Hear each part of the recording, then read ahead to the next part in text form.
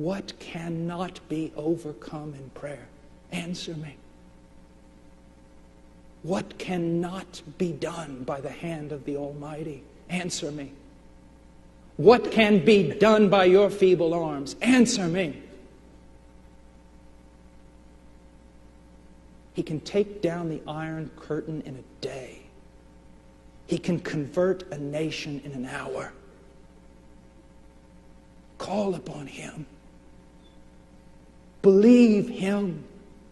At the idea that Jesus was a man of prayer, and I've just scribbled down here a bunch of verses, and I'm going to kind of read a hodgepodge of verses that you might come to understand the importance of prayer in the life of Jesus Christ, and then come to understand that if prayer was so important to the incarnate Son of the living God, then how much more important should prayer be to us?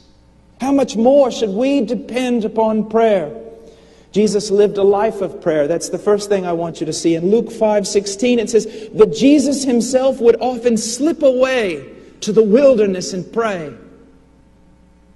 You know, oftentimes when we find something that we greatly enjoy, as opposed to what we grudgingly must do, we try to slip away to it.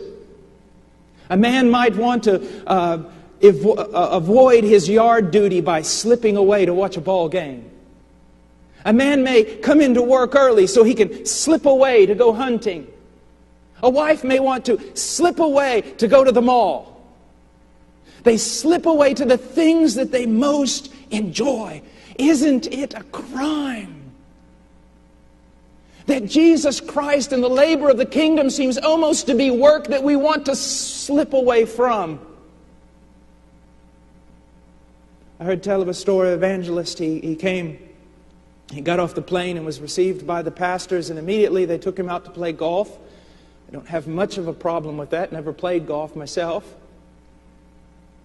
But they took him out to the golf course, and that's a fine thing. I guess they saw that he needed to rest, and as they were going out there across whatever you cross to do whatever you do when you play golf, the evangelist just happened to mention, he said, "Well, you know, the Lord is so good. The other day He was just..." And the preacher stopped him and says, "Let's not talk shop out here. This is the place where we're going to rest.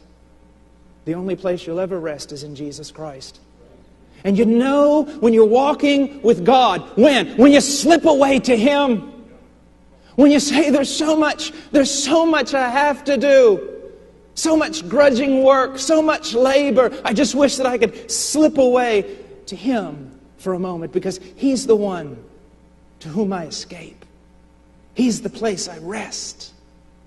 When prayer becomes a labor, we're not like the Christ. We're not like Jesus. But it says He would slip away into the wilderness and pray. Notice He would go into the wilderness. My friend, the world, even the church, is just so filled up with noise. So filled up with noise that every once in a while, especially those of you who are pastors, you have got to slip away. And you've got to go to a wilderness where no one can find you and seek your God. And be very careful that sometimes you don't take along all those books with you. Because to many, Jesus Christ can just become proper exegesis, proper hermeneutic, a thing to be studied instead of a person to be loved. Jesus would slip away. In Matthew 14:23 it says, after He had sent the crowds away, He went up on the mountain by Himself to pray, and when it was evening, He was there alone. Someone said, why did Jesus need to pray so much? He was the incarnate Son of God. We're going to talk about that. But let me show you just the foolishness of that question. Could it just be possible that He always wanted to slip away and be alone with God simply because He loved Him? Because He loved Him.